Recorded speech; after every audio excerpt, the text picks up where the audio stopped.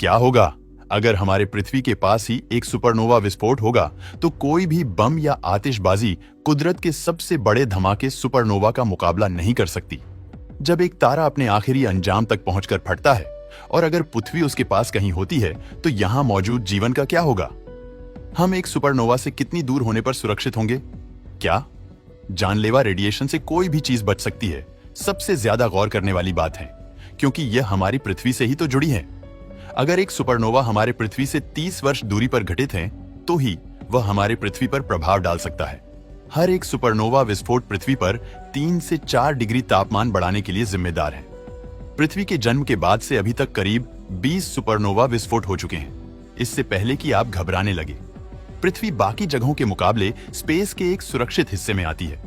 इन supernova के बिना हमारे पास ना ही सोने की चमक धमक होती, ना ही न्यूक्लियर रिएक्टर्स। तो आप कह सकते हैं कि ये सब कुछ वाकई हमारे तारों में लिखा था।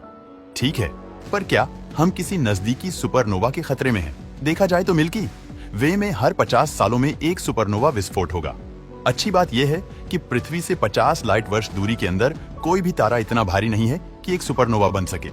हालांकि पृथ्वी से 160 लाइट वर्ष की दूरी पर एक बाइनरी स्टार सिस्टम है जो हमें खतरे में डाल सकता है। बाइनरी स्टार सिस्टम्स को टाइप 1 सुपरनोवा कहा जाता है।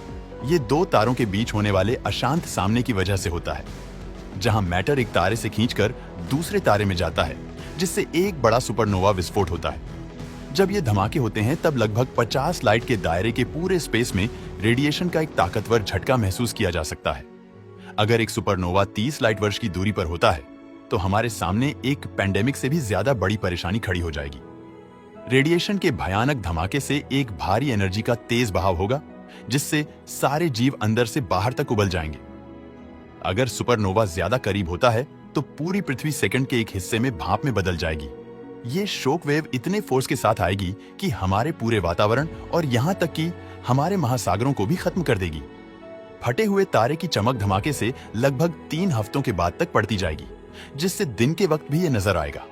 अगर जीवन बच भी जाता है तो सुपरनोवा से निकली बेहद गर्म गैस से खतरनाक मात्रा में यूवी और गामा रेडिएशन निकलेगी।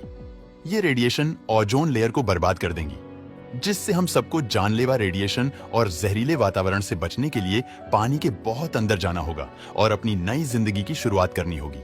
अगर देखा जाए तो एक सुपरनोवा ही हमारे पृथ्वी में बसे जीवन को उजाड़ सकती है, और इतिहास में ऐसे ही कुछ सुपरनोवा के कारण ही आज की दुनिया में मौजूद रेडियो एक्टिव पदार्थ अस्तित्व में है। इसलिए मित्रों, अगर किसी चीज की खामियां हैं तो उसकी कुछ अच्छे गुण भी होते हैं। हालांकि मैं मानता हूं कि सुपरनोवा काफी विनाशक होते हैं, परंतु हमारे पृथ्वी को इससे समय समय पर काफी सारी विरल धातु भी मिली है।